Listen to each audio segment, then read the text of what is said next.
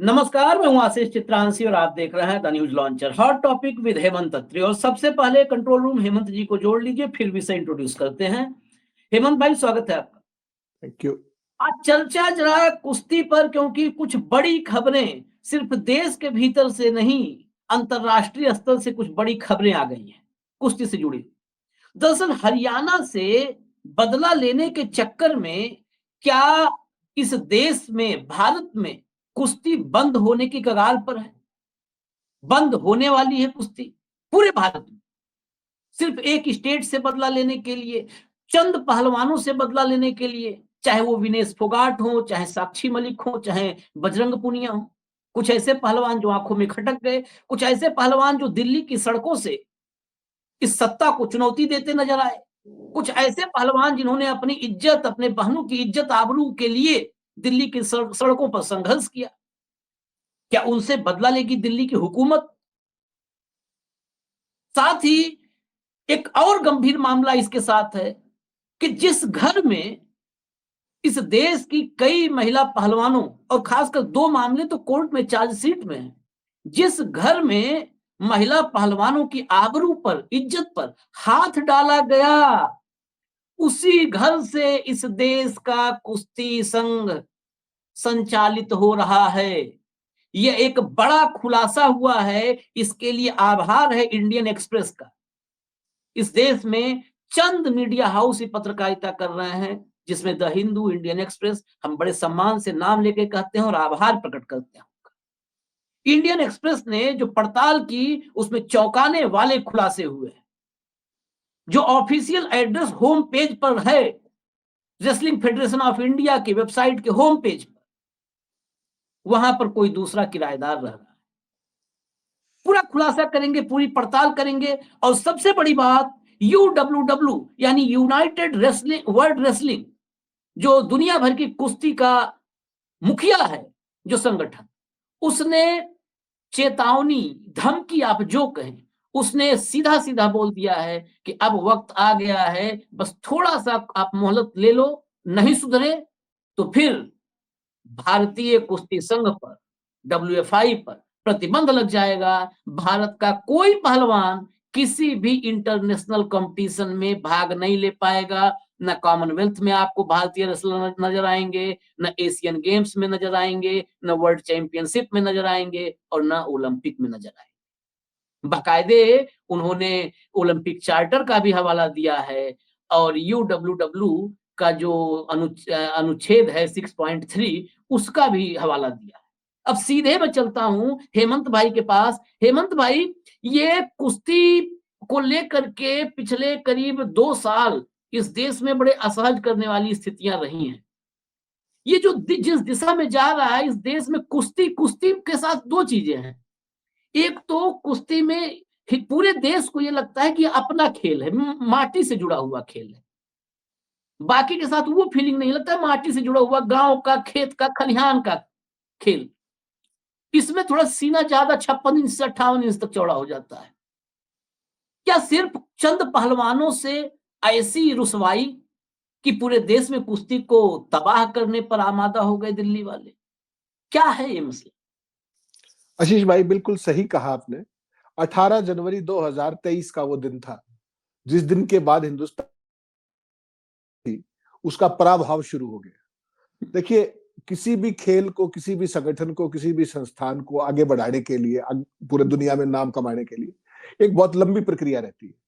और हरियाणा के पहलवान, चाहे बेटियां हों चाहे बेटे हों, उन्होंने कई दशकों की तपस्या के बाद देश की कुश्ती का परचम पूरी दुनिया के उस पर मानचित्र पर फहराया था। 18 जनवरी 2023 का वो दिन आपको याद है, जिस दिन हरियाणा की कुछ पहलवानों ने, विनेश फोगाट और इन सब ने मिलकर के, जब कहीं से भी इनकी मांग पूरी नहीं की गई, ब्रजभूषण शरण सिंह के खिलाफ जो आरोप लगे थे, उसके बाद उन्होंने धरना शुरू किया था जंतर मंतर पर, सारे देश ने देखा। और उसके बाद जो कुश्ती की हालत हुई, जिस तरीके से हरियाणा को नष्ट करने के लिए, पूरी कुश्ती को नष्ट करने की, तबाह करने की जो साजिश रची गई, वो आज सारे देश के सामने है। हालत यह है कि देश के नेशनल गेम्स होने जा रहे हैं और उसमें हरियाणा की तरफ से कोई भाग ही नहीं लेगा।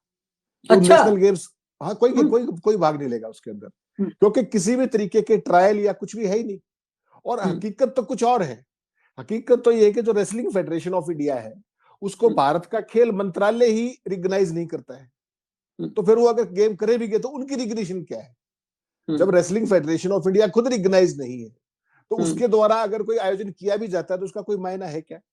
अभी आपने 6 दिसंबर से देखा होगा बेंगलुरु में सीनियर नेशनल हुई कुश्ती की, तो उस पे दिल्ली हाईकोर्ट ने कहा था कि आप नहीं कर सकते क्योंकि आप रिकॉग्नाइज नहीं है भारत सरकार से।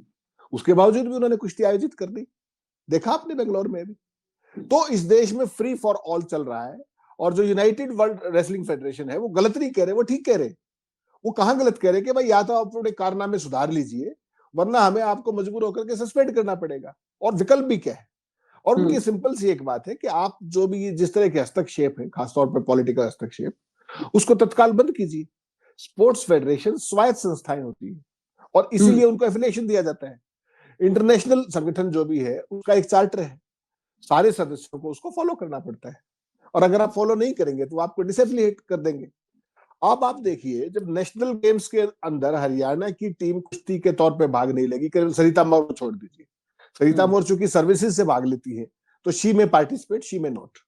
लेकिन कुल मिलाकर के इस हालत को देखिए कि जहां इतने बड़े बड़े पहलवान हैं उन सब को साइडलाइन करने के लिए रेसलिंग फेडरेशन किस लेवल पे उतरा है, और इसकी चिंता ना देश के खेल मंत्री को है ना देश के खेल प्रेमी प्रधानमंत्री को है, जो मेडल बाद में आता है पहले वीडियो कॉल रिकॉर्ड करके और उसको भाषण देते हैं, खिलाड़ियों को घर पे चाय पे बुलाते हैं, तमाम तरह की फोटो इवेंट्स करते हैं, किसी का भी तो ध्यान नहीं है।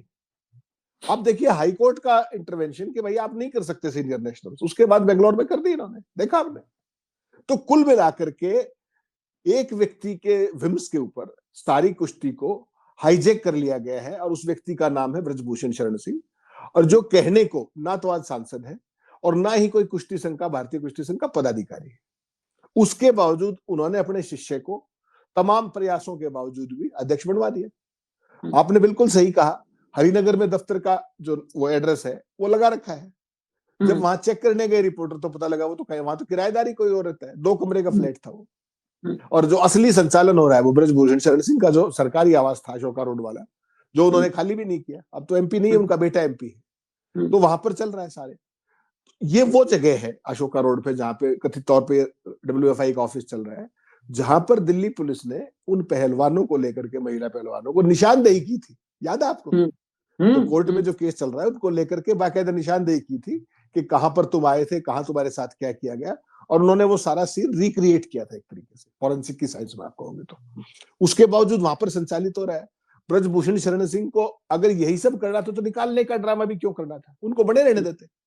जब उन्होंने प्रॉक्सी के थ्रू ही चलाना है, संजय सिंह के थ्रू ही चलाना है, तो उसी को बनाना, कम से कम कुश्ती तो बर्बाद नहीं होती ना। अब आप कर क्या रहे हैं? ना कोर्ट की सुन रहे हैं, ना पहलवानों की सुन रहे हैं। पूरी दुनिया के फलक पे अगर हिंदुस्तान का किसी खेल में नाम हुआ था तो कुश्ती तो थी। उसमें साक्षी मलिक पहला मेडल लेकर के आई थी। दुर्भाग्य से विनेश देखिए किस हालत में इस बार ओलंपिक से गोल्ड मेडल से चूकी, कितने ग्राम वेट और कितनी सारी कहानी, उसके पीछे भी तमाम कॉन्स्पिरेसी थ्योरीज है। वहां पर भी जो सारा इवेंट क्रिएट करने की कोशिश की, प्रधानमंत्री बात करेंगे, उसके बाद उन्होंने कहा रिकॉर्डिंग नहीं करना है, सारी बातें हुई।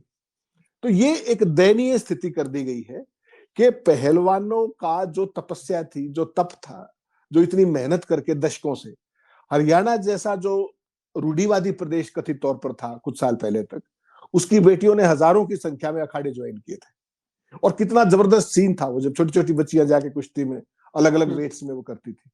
आज उनकी हालत देखिए आप, अखाड़ों में आशीष भाई आप यकीन नहीं करेंगे 20 से 25% ही हाजिरी रहेगी बच्चों की, सबने देख लिया क्या करेंगे।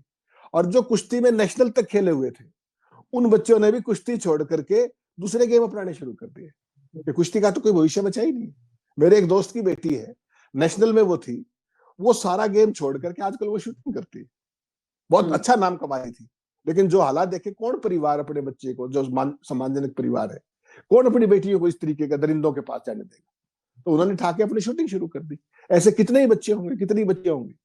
तो अकेली महिला पहलवानों का सवाल नहीं है, पुरुष पहलवानों के साथ, क्योंकि रेसलिंग फेडरेशन तो एक ही है ना। और उसमें जिस तरीके से जो स्पोर्ट्स मिनिस्ट्री का जो रोल रहा कथित तौर पर, डिसएफिलिएट कर दिया, एफिलिएट कर दिया, पता नहीं क्या क्या कर दिया, अल्टीमेटली एक ऐसा अनिश्चय क्रिएट कर दिया गया कि अगर वो ट्रायल करे भी तो ये नहीं पता कि कहां हो रहा है, कौन कर रहा है, उसकी रिकग्निशन है कि नहीं, WFI को गेम आयोजित करने की वो है कि नहीं, आज की तारीख में अधिकार है, वो सस्पेंड है, बहाल है, किस अधिकार के साथ वो टीम सिलेक्ट करेगा।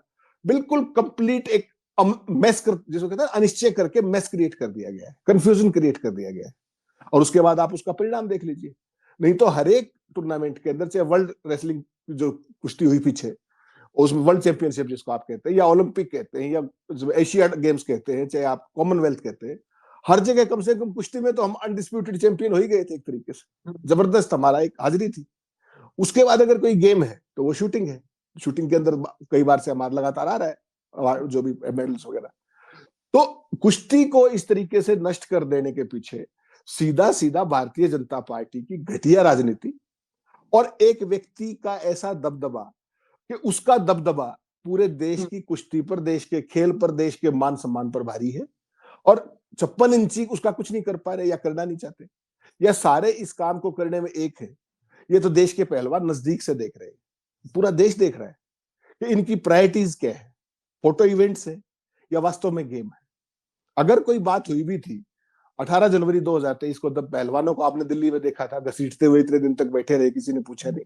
वही किसानों वाला हाल किया, और हालत यहां तक हो गई थी कि वो अपना मेडल बांटने भी चले गए थे। उसमें जो टिकैत का रोल रहा वो आप अच्छे से जानते, रिपीट करने की जरूरत नहीं, उसमें भी सियासत घुसेड़ दी गई।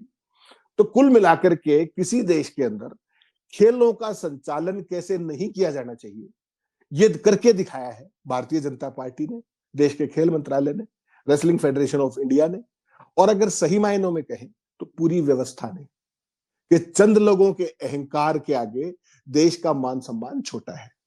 इससे दुर्भाग्यपूर्ण और शर्मनाक स्थिति आपने कभी देखी हो तो आप बताइए। नहीं, मैं तो हेमंत भाई मोदी जी के बारे में एक बात सोचता हूँ, कभी मौका, कभी हो सकता है मौका मिले प्रधानमंत्री पद से हटने के बाद कि पूछने का मौका मिले, तो मैं जरूर एक सवाल पूछूंगा, एक सवाल जरूर पूछूंगा कि कोई अपने आप के कोई ऐसा बचपन का, जवानी का कोई ऐसा प्रसंग हो जिसकी वजह से आपने ठान लिया हो कि मैं जवानों को, किसानों को, पहलवानों को, किसी को नहीं छोड़ूंगा, सबको बर्बाद करूंगा। अब जवान की बात आई, एक नौजवान को आज आज वायरल हो रहा है वीडियो, एक जवान अग्निवीर की, इनकी अग्निवीर की वजह से नागा बन गया। बताइए, महाकुंभ में नागा बन गया, जवानों को नहीं बख्शे। किसानों की हालत तो आपने दिल्ली के मोर्चे से लेकर के और खनौरी और शंभू के मोर्चे तक देख ली है। पहलवानों की हालत देख लीजिए, कुश्ती ही बंद, परमानेंट ताला, शटर डाउन, ताला लगाओ, चलो आगे। तो कोई तो होगा ऐसा, कुछ होता है ना आदमी के बचपन की, जवानी की कोई टीस होती है, मन में ठान लेता है कि बदला तो लूंगा, तबाह करके छोड़ूंगा। सबको तबाह करने पर आमादा है। मैं कुछ फैक्ट्स रखता हूं क्योंकि इस कार्यक्रम में हम लोग तथ्यों पर विशेष जोर देते हैं। मैं 2 मिनट का टाइम लूंगा। आपने बताया जो रिपोर्ट है, उस रिपोर्ट के मुताबिक 101 आश्रम चौक, हरिनगर ऑफिशियल एड्रेस था। अब 21 अशोका रोड पर वो दफ्तर, जब इंडियन एक्सप्रेस ने पड़ताल की तो वहां पर चल रहा था, वहीं पर बकायदे लिस्ट, सूची जो भी चल रहा था अपना कर रहे थे, और वही सब स्टाफ थे जो स्टाफ ब्रजभूषण के समय में हुआ करते थे। ब्रजभूषण के आवास में ही काम कर रहे हैं, 21 अशोका रोड ब्रजभूषण का आवास। उस दफ्तर का एक दरवाजा उस हॉल में खुलता है, उस दिन भी खुला जब रिपोर्टर गया। उस WFI के दफ्तर का एक दरवाजा उस हॉल में खुला जहां पर एक बड़ी सी कुर्सी पर, आंख बंद करके इमेजिन कीजिए, बड़ी सी कुर्सी पर ब्रजभूषण बैठे हुए थे, और वहां पर पैर छूने वाले जितने लोग आ रहे थे, लंबी लाइन थी, जो आ रहा था पैर छू रहा था। वहां पर गोंडा के नेता थे, जो है कैसरगंज के नेता थे, दिल्ली के स्थानीय नेता थे, एक मंत्री के पोते थे। सब इंडियन एक्सप्रेस की रिपोर्ट। और उनसे जब पूछा गया तो उन्होंने कहा ना, मैं कुश्ती के मामलों में नहीं बोलूंगा कुछ। अब बोलना क्या है? अब ये दिसंबर 2023, अब याद कीजिए, दिसंबर 2023 जब चुनाव हुए थे WFI के, जब संजय सिंह अध्यक्ष बने, प्रॉक्सी, डमी, जो कह लीजिए, उस दिन ही वो जीत करके सीधे आए अपने साहब के पास, सीधे आए, और दबदबा था, दबदबा है, दबदबा रहेगा का नारा लगा, उसकी होर्डिंग लगी, सब लग गया। उसके बाद जब प्रेशर बढ़ता गया तो निलंबित कर दिया गया। अब ये निलंबन का ढकोसला इसीलिए तो जो है UWW धमकी दे रहा है, चेतावनी दे रहा है। ये ढकोसला है इसमें भी। वही संजय सिंह कई बार खेल मंत्रालय और भारत सरकार के मीटिंगों में बतौर प्रतिनिधि बुलाए जाते हैं। तो जब आप निलंबित कर रखे हो तो किस हैसियत से बुलाते हो? वही संजय सिंह ओलंपिक में पेरिस जाते हैं, तो जब उनका वो निलंबित है, वो काम ही नहीं कर सकते, तो किस हैसियत से गए? अब और बेहतर समझना है तो मैं बताता हूं, सत्यव्रत कादियान, ये दिल्ली की एक अदालत में सत्यव्रत कादियान ने याचिका लगाया कि ये जब निलंबित है डब्ल्यूएफआई, तो किस हैसियत से, किस अधिकार से टीम सिलेक्शन कर रही है। दिल्ली की कोर्ट ने उसमें सरकार से भी जवाब मांगा, खेल मंत्रालय से मांगा जवाब कि निलंबित है, क्या अधिकार इनके पास है। कुश्ती संघ से भी, सबसे जवाब तलब किया, और बाद में अदालत ने आदेश दे दिया, जो एडहॉक पैनल था, एडहॉक पैनल को बहाल करने का आदेश दिया कि एडहॉक पैनल चलाएगा। लेकिन आईओए, इंडियन ओलंपिक एसोसिएशन, उसने अदालत के आदेश को मानने से इनकार कर दिया, कहा इसकी कोई जरूरत नहीं है। तो क्यों मना किया? बहुत सारे सवाल है, लेकिन देश में कोई जवाब नहीं देने वाला है ना, कि आईओए ने मानने से जब इनकार किया, तो आईओए बताए कि भाई अगर एडहॉक पैनल नहीं रहेगा, डब्ल्यूएफआई निलंबित है, तो कुश्ती किसके भरोसे है, किसके भरोसे? ये तो बताना होगा ना कि हम मानेंगे भी नहीं, एडहॉक पैनल भी नहीं रहेगा, और कोई देखेगा भी नहीं कुश्ती। ये जबरदस्त जो है स्थिति है इस समय इस देश में कुश्ती की। ये सिर्फ विनेश साक्षी, हो सकता है कुछ भक्त अभी इस हमारे कार्यक्रम के बाद कमेंट में लिखें कि आप लोग विनेश और साक्षी को क्यों नहीं जिम्मेदार ठहराते हैं, उन्हीं को बहुत विरोध करने की पड़ी थी। क्यों हेमंत भाई? बिल्कुल बिल्कुल। क्या उन्हीं नहीं जिम्मेदार मान लिया जाए? नहीं नहीं, ये जो इकोसिस्टम है ना, इन्होंने तो एक पूरा व्यूह रचना जो रची थी, जो साजिश रची थी, जो पूरा ताना बाना बुना था, वो तो यही था। और पूरे का पूरा मीडिया से देख करके सब, जितना नीचे से तक देखिए आप, जिस तरीके से पहलवानों को इंडिक्ट किया गया ब्रजभूषण की बजाय, पूरे आंदोलन के दौरान भी, आंदोलन से पहले भी और आंदोलन के बाद में भी, उससे बड़ा साफ है। और बहुत बार इनके मुंह से निकला कि हरियाणा के जो पहलवान है, और एक जाति विशेष पर भी टिप्पणी की गई, अगर आपको ध्यान हो तो वो एक खास तरह की मानसिकता है। अगर आप यूपी में जाएंगे और जाएंगे तो वहां पर सांप्रदायिक हिसाब किताब से करते हैं, यहाँ ये मामला जातिगत आधार पे है। ब्रजभूषण शरण सिंह जिस कम्युनिटी से आते हैं वो भी सबको पता है, तो कौन बनाम कौन यहाँ पर हो रहा है वो भी सारे देश ने देखा है। लेकिन इस सारे में आपने बहुत बेहतरीन तथ्य रखे, जो सारी चीजों की जरूरत थी मामले को आर्टिकुलेट करने के लिए। लेकिन मूल सवाल फिर भी आके वही ठहर जाता है कि दिल्ली हाईकोर्ट से भी बड़े हो गए हैं कुछ लोग।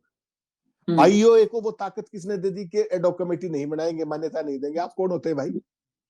तो कुल मिलाकर के ये एक सोची समझी चाल, साजिश और षड्यंत्र है कि किस तरीके से इस पूरे मामले को, जो खिलाड़ियों में जो हरियाणा के जो कुश्ती थी और ओवरऑल जो पहलवानों का जो ये है दबदबा कहिए इसको, दबदबा केवल एक का रहेगा, और वो दबदबा रहेगा ब्रजभूषण शरण सिंह का, जो उसने संजय सिंह के अध्यक्ष बनने के बाद कहा था दबदबा कायम है। किस शर्मनिरपेक्षता के साथ कहा था, आपको याद होगा। कोई भी इज्जतदार व्यक्ति उसको देखने के बाद, उस सीन को देखने के बाद, उस अट्टहास को देखने के बाद, किस तरीके से महिला रिपोर्टर को कथित तौर पे धक्का दिया गया था, वो भी देखा होगा आपने जब वो सवाल पूछ रही थी। तो इस सारे में एक चीज बड़ी स्पष्ट हो गई है कि चंद अहंकार, चंद व्यक्तियों का, जो भाजपा के सत्ता प्रतिष्ठान के बहुत ज्यादा करीब है अज्ञात कारणों के चलते, वो देश के पूरे अर्जित सम्मान को किस तरीके से नष्ट भ्रष्ट कर सकते हैं। ये एक ज्वलंत उदाहरण है पूरे देश के सामने, जहां तक कुश्ती फेडरेशन का मामला है। और कारण क्या है, कोई तो बता दे। खेल मंत्री ज्यादा नहीं तो एक काम तो कर ही सकते हैं ना, कि एक प्रेस कॉन्फ्रेंस ही कर ले और वो बता दे। आपको वो सीन याद है जब साक्षी मलिक ने प्रेस क्लब ऑफ इंडिया में अपने जूते टेबल पे रखे थे और आज कहा था कि आज के बाद मैं आपको नहीं दिखाई दूंगी इधर कुश्ती के। आप क्या साबित करना चाह रहे थे? बजरंग पुनिया को डिस्क्वालीफाई करने के लिए आपने क्या क्या नहीं किया, डोप टेस्ट से लेकर के तमाम चीजें।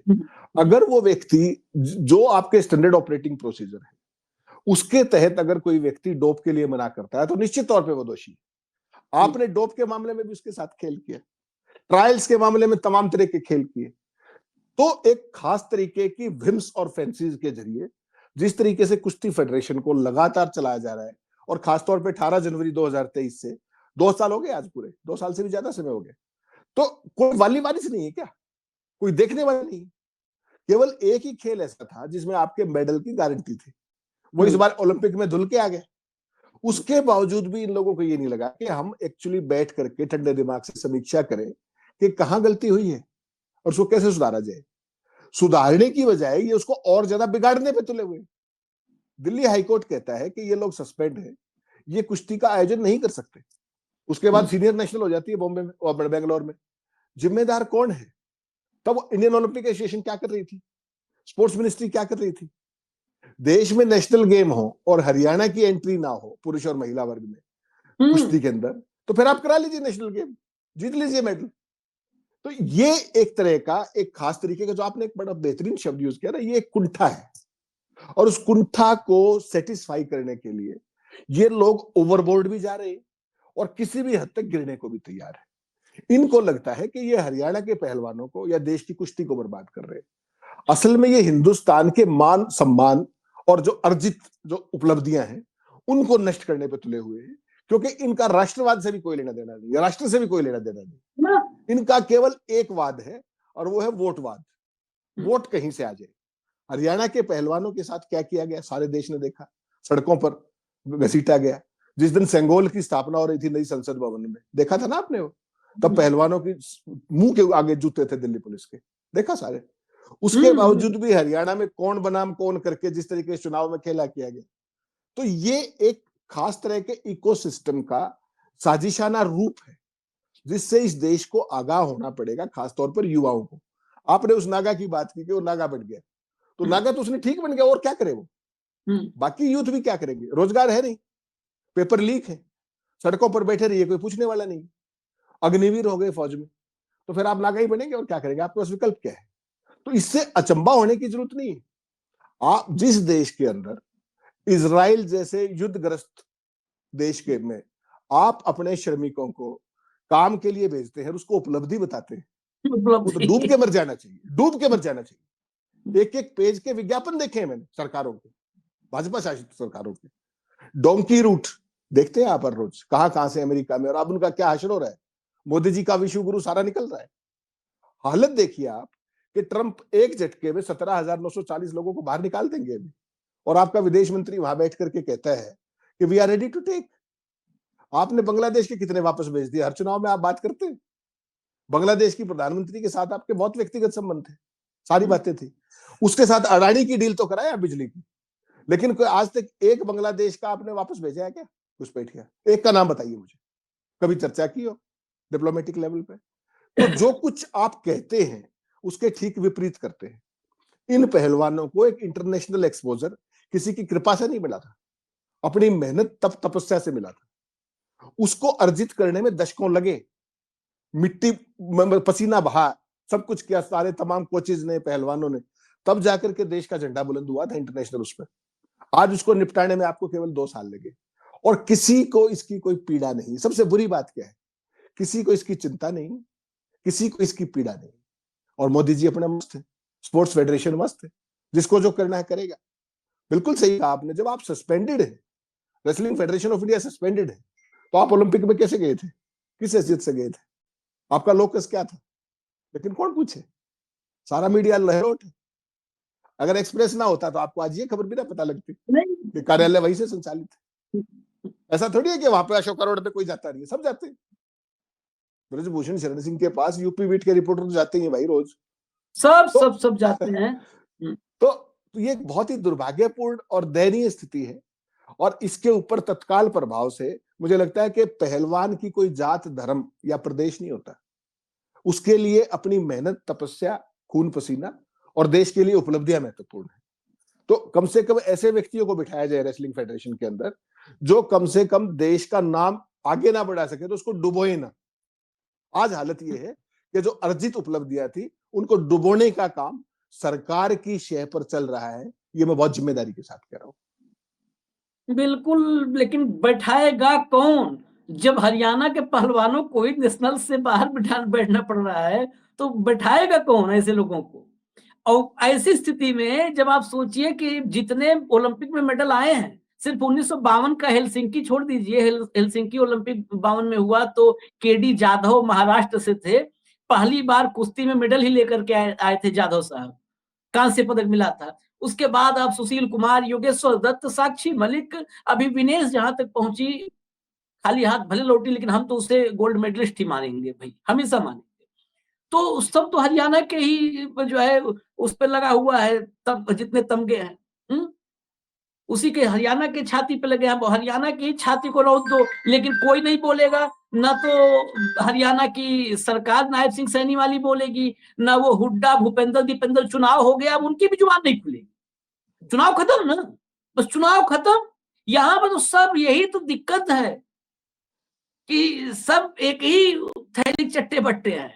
चुनाव खत्म हो गया, चुनाव आगे अभी विधानसभा का चुनाव से पहले सब हुआ होता तो देखिए दुनिया भर में उछल कूद मचाए होते, सब सन्नाटे में बैठे हैं। और इधर राजकाज चल रहा है ब्रजभूषण का, उसी दफ्तर में जहां महिला पहलवानों की आबरू पर इज्जत, 2 केस है भाई चार्जशीट में, आप कल्पना करिए, वहां पर दफ्तर चलेगा, लेकिन किसी के कान पर जू नहीं रेंगेगा। अंत में एक ही बात कहूंगा हेमंत भाई, जो बोता है ना आदमी, काटता वही है। अब हो सकता है कोई फसल 3 महीने में होती है, कई बार होता है ना कि कुछ क्षेत्रों में किसान 3 फसल ले लेते हैं, तो कोई फसल 3 महीने 4 महीने में होती है, कोई फसल 6 महीने में। कई बार जो खेत वाली फसलें नहीं होती हैं, जो दिखती नहीं है, वो कई सालों में काटी जाती हैं, कुछ फसलें सदियों में काटी जाती हैं। तो फसल तो काटेंगे, जो बो रहे हैं वो काटेंगे, मोदी जी नहीं काटेंगे, हमारी और आपकी आने वाली नस्लें काटेंगी। ये देखिएगा, बड़ा उदाहरण मैं वीडियो लेकर के कार्यक्रम में आऊंगा। जब एनआरसी और सीए भारत में आया था तो अमेरिका में मैंने देखा, अमेरिका की सड़क पर एनआरआई मोर्चा लगा था, एनआरआई ब्रिगेड वहां पर आई थी, और वो मोदी तुम आगे बढ़ो हम तुम्हारे साथ हैं के नारे लगा रहे थे एनआरसी और सीए पर अप्रवासी भारतीय अमेरिका में। आज धक्के मार करके, कॉलर पकड़ करके उन्हें बाहर फेंका जा रहा है। तो जल्दी ही काट लिया उन्होंने फसल, बाकी भी सब काटेंगे। हाँ, कंक्लूड कर। आशीष भाई एक लाइन और जोड़ना चाह रहा था बस आखिर में, कि जो सारा खेल इन्होंने किया उसके मामले में, जो शरणार्थियों के मामले में या जो भी घुसपैठी है, एक चीज की देश जरूर अपेक्षा करेगा कि जब उनके मित्र ट्रंप जो है हिंदुस्तानियों को 17,940 को वापस भेजेंगे, तो मोदी उनको एयरपोर्ट में रिसीव करने जाए, पता लगे दुनिया को कि ये विश्व गुरु बनाया है इन्होंने।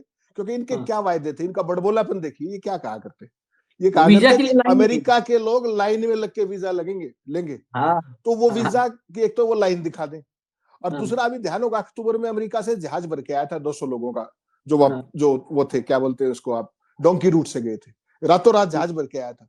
उस जहाज का ये भी नहीं पता लगा कि उसके अंदर कौन थे, क्योंकि 50% लोग गुजराती थे उसके अंदर जो डोंकी रूट से गए थे। और ओवरऑल जो 90,000 लोग हर साल अमेरिका में पकड़े जाते हैं घुसपैठ में, उनमें 50% या उससे ज्यादा गुजराती होते हैं। अब वो जब 5 किलो अनाज पे आकर के अपने स्वर्णिम शहर में वापस आएंगे, सब कुछ बेच के गए हैं वो, तो मुझे लगता है मोदी जी को, अमित शाह जी को और आरएसएस प्रमुख को, उन सबको रिसीव करना चाहिए एयरपोर्ट में कि हम देखिए हमारे रणबांकुरे वापस आए हैं, हम इनका स्वागत करते हैं।